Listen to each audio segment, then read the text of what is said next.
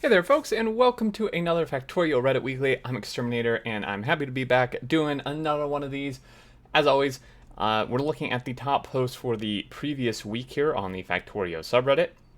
And we're just going to hop right into it, starting with a design blueprint for bot malls, spaghetti malls. Forget all that. Introducing the all-new high-action, low-efficiency typewriter mall. I already like the name of this. This sounds hilarious. Oh my goodness. So, I can hear the ding.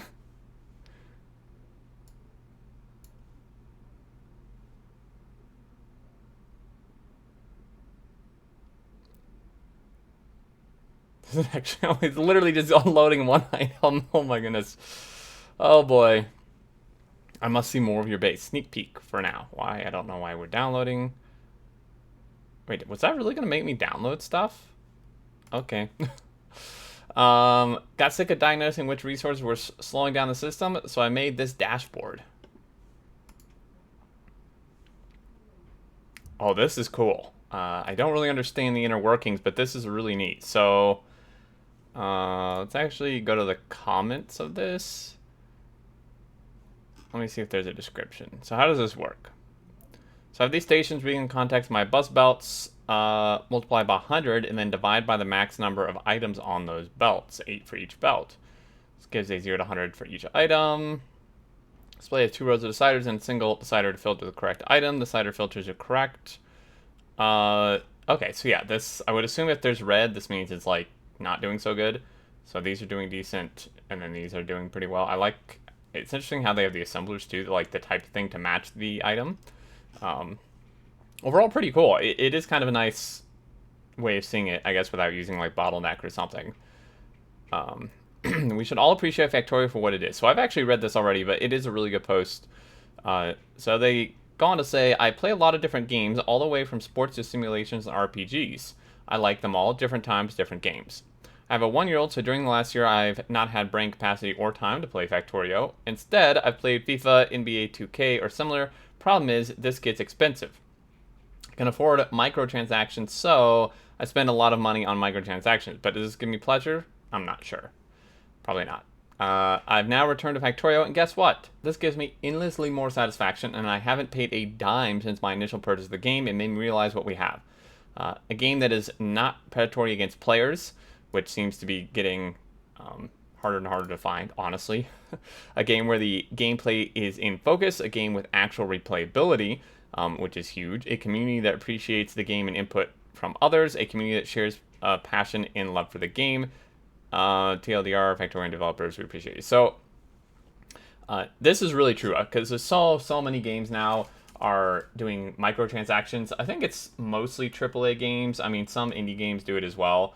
Indie games, I think, are a bit better about it, but also just the fact that it has all these factors. So, like, the fact that there's not microtransactions, the fact that the gameplay is in focus, and that there's a lot of replayability is, like, a great recipe for just a fantastic game and a lot of satisfaction without costing you a ton of money. And this is an excellent point. It's because the devs are playing their own game. The devs do play their own game for Factorio, and I think a lot of devs don't. And that obviously is a bit of a problem. Water problem. Speaking of problems, comic by Hydebor. I like this one already. Zoom in here so I can actually see. So this needs to become this question mark.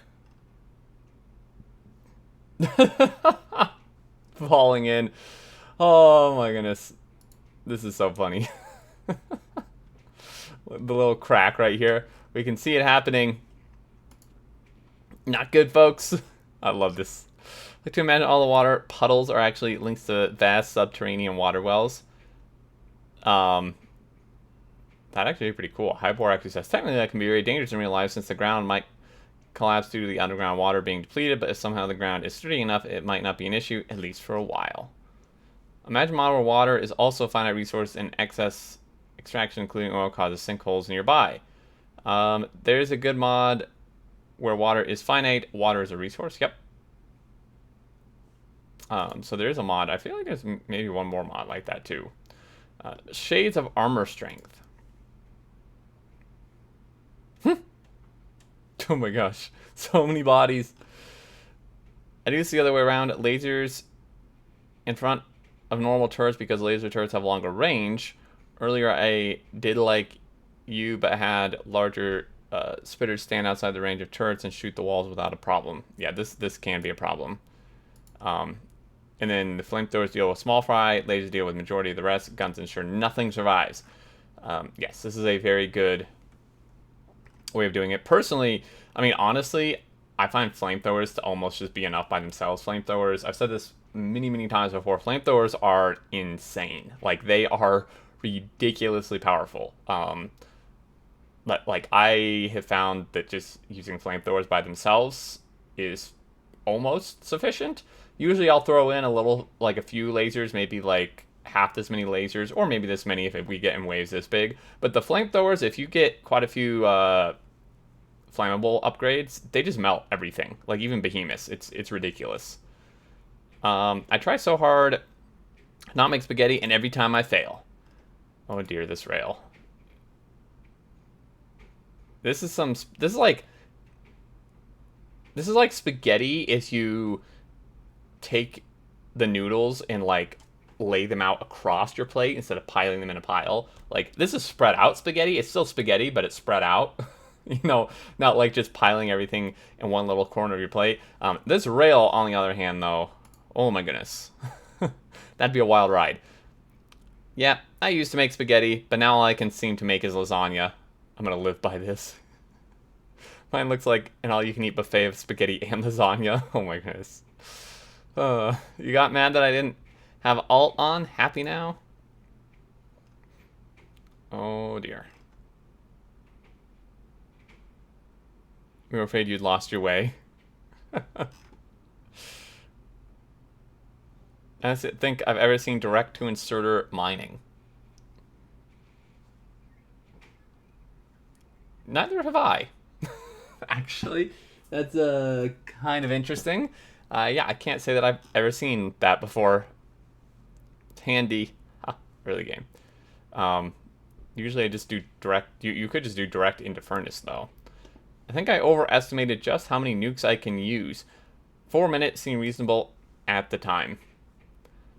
I mean, I think this is just a challenge. I think this is just the great a challenge being presented to you of how many you can use and how quickly. We could just fire them from artillery. I really wish this were a thing. I mean, there are multiple mods that do this quite well. I feel like this is something that could be added in the expansion because I don't see why. I mean, I guess maybe for balance reasons, the devs think it's too powerful, which I can kind of understand, but it is a really cool concept that I'm not sure many people would be unhappy with. Also lag. Actually, performance is probably the main reason that I think about it. The devs very much care about performance, which is fantastic. We all love that. So I think that's probably the reason, because they know it would like tank performance. Introducing the brick base, the less awesome brother of Hexagon Base 1. All right, here we go again with the weird opening of stuff. It is like bricks. Wasn't really sure what to expect in my mind, but now I get it. Ooh, this looks really nice, though. My first Megabase. I know that Hexagon is Besagon, but I've seen a lot of Hexagon bases, so I wanted to try something different while still only using three-way intersections. The first module I started working on, 45 a second blue circuit module. 45 a second? That's a lot. Yeah, true hexagons aren't really possible. New setup, I'm curious as to how it handles heavy north-south traffic. While I've been tempted by similar for my base to eliminate four-way crossing, it feels like north-south would be quite slow due to having to keep turning. So if we take a look at this again, yeah, that actually would be true, because if you're like, say, like down here, even if you need to go straight up, you know, it's going to be going like constantly back and forth, zigzagging back and forth just to get up there. It may work. I guess it depends how many trains you have. After almost a year, I finally launched my first rocket. Well, congrats. That is fantastic. That picture. 89 hours. Definitely spent some time playing the game before they launch, which is good. That's cool. I don't think there's any like time like cap on or you know, like you have to launch a rocket in this amount of time. Definitely take your time, enjoy it. And let's see. But still, shift window key S and the print should work almost. Yeah. That picture of the screen.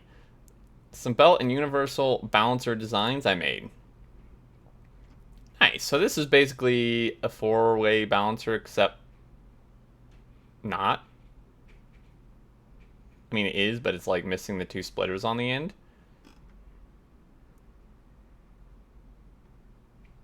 So just kind of some nitpicking here.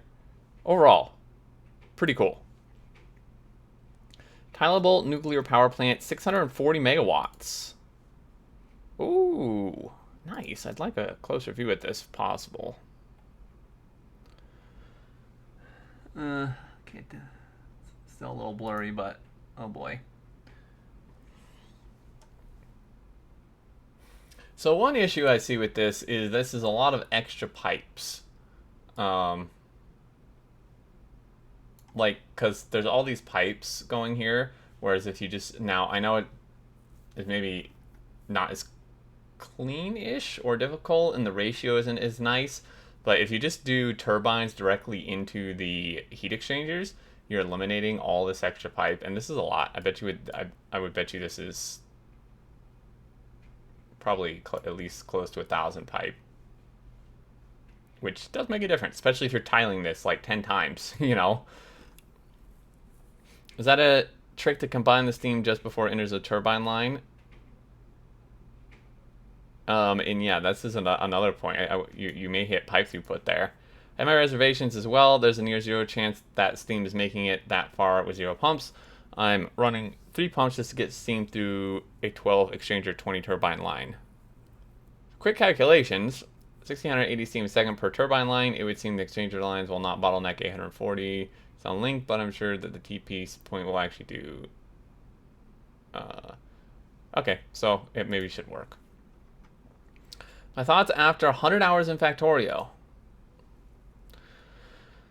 Started this game as my PC started to show signs of stress when the GPU couldn't handle any other games. The CPU heating up to warm a pizza, then I turned to Factorio, really old PC. Well, yeah, that's the story. Anyway, I learned things about automation. I learned things about solving problems. Most importantly, I learned one thing: you don't get what you want, but you get what you need. I started my 4th base, and I was knee deep in spaghetti. Well, I had a few mods, nanobots, and time tools to save me, though, so I just started ripping out the whole base and started from scratch with science progress. I just got all my stuff into a bus-based approach. There's still a lot of spaghetti around the edges.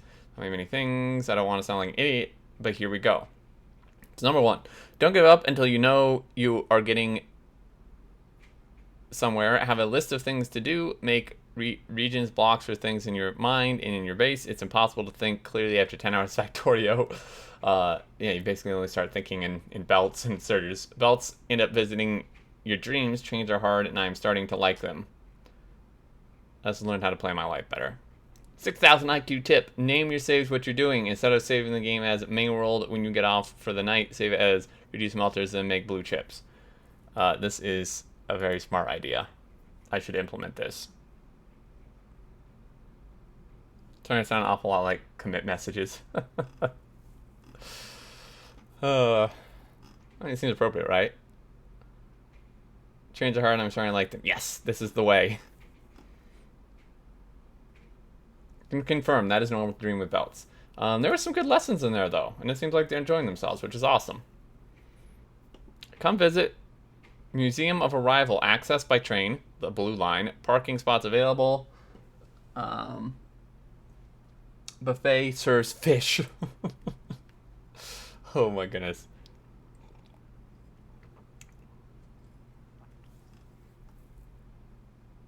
Just go for the buffet. Bless you, Gustan, and do the same kind of stuff. Also have memorials for giant battles, the last Dune buggy wars, the last tank wars, etc. Biters are a factor for my factories and names of geographical locations, body of water, and whatnot. I'd visit that museum. Good stuff. Nice. I do think having like creative names for stuff on the map does help a lot with immersion. I would do that if I could remember to do it. My first base started playing earlier this week. Any thoughts? There's some power problems. You have a feedback loop going on. At least it looks like they did use burner inserters. Are they facing the wrong way? I can't really tell. I mean, I would hope not. Looks like their hand doing stuff. I'm not quite. Maybe this is like prep for a smelter setup. Looks like everything's out of fuel and power. And yeah, miners can output straight onto a belt. I mean, they did seem to discover that here.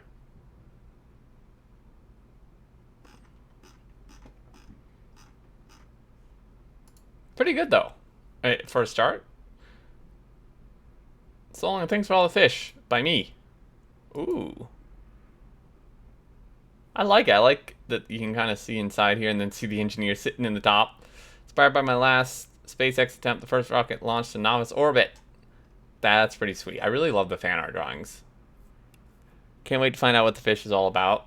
So they can put so long, thanks for all the fish as an achievement. Right. So, I started this factory before I was on the subreddit, and it turns out I invented my own less effective, a bit more cursed version of city blocks of my own. Just want to share, I find it kind of funny, to be honest.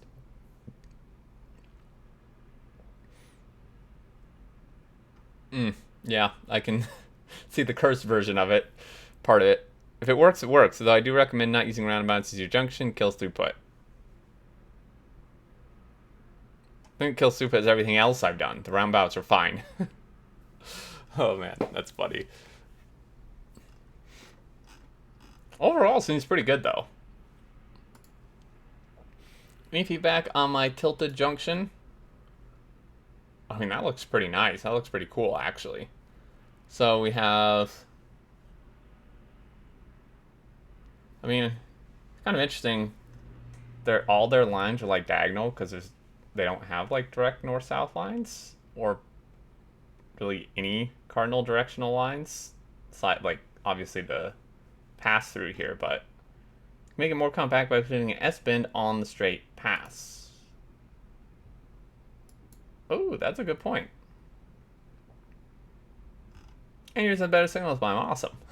It's going for as compact as possible yet properly signaled. Do you have any feedback? I mean, yeah, I think this is a really good implementation. Overall, though, I like it. Part of this little starter base probably need more smelters, though. Oh yeah, definitely. This is actually a decent amount of smelters, but you do need more. You always need more. I think the one thing that catches my attention the most out of all of this is the insane amount of coal. Having 4 belts, a full 4-belt bus of coal, is crazy, man. This is nuts for just your smelting and continuing it on the main bus, unless they plan to make like mass plastic. This isn't a criticism. I mean, you can build however you want. This is more of just I find it interesting. I've seen it once or twice before. Yes. As a new player who quit his first game to start a second in peaceful mode, this looks insanely good to me. Yeah, that is. I mean, this is pretty good. Can you guys tell I'm addicted to speed? More speed.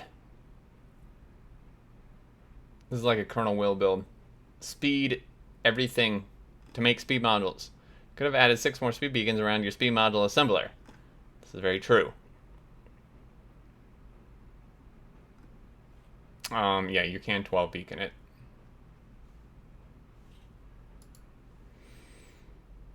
Love it or hate it, giant drone waves are satisfying to watch. I mean, they really are. This is a really cool view, seeing all your bot paths and seeing them move across the map. Sometimes it can be infuriating, too, to see what paths they're taking, but... Tried drone network on my older computer, sounded like getting ready to leave the atmosphere. Would probably go better if I tried out my newer PC, but I'm now a firm believer in LTN.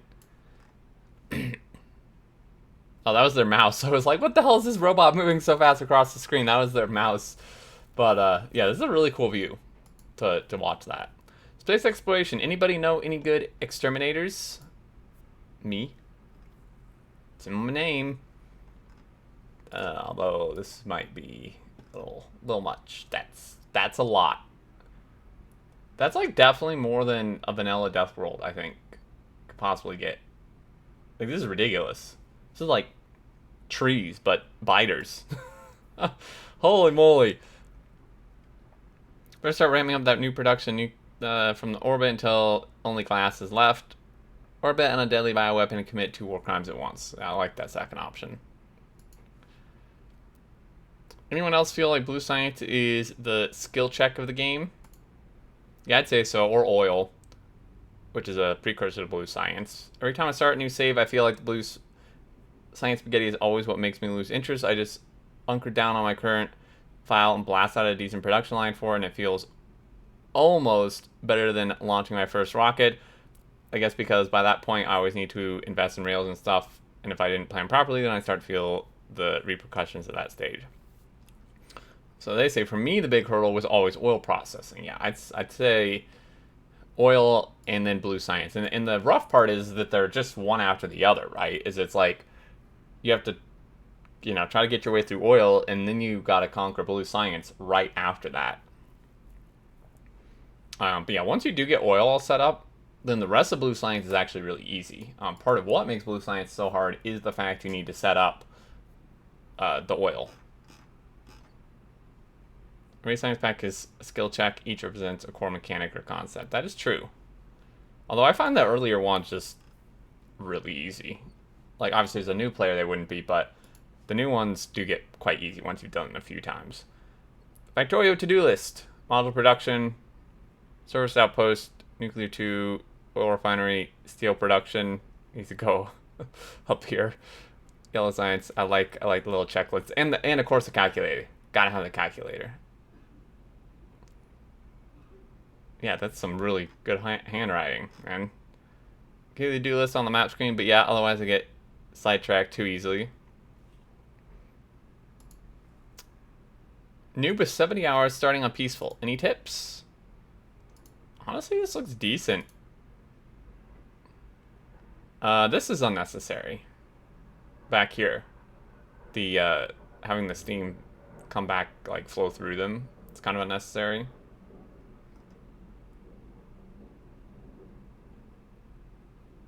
Same with like the double bell here, but otherwise this looks really good. I'd say for fairly new player. Try for the Lazy Bastard Team Achievement. Will teach you a lot about the game.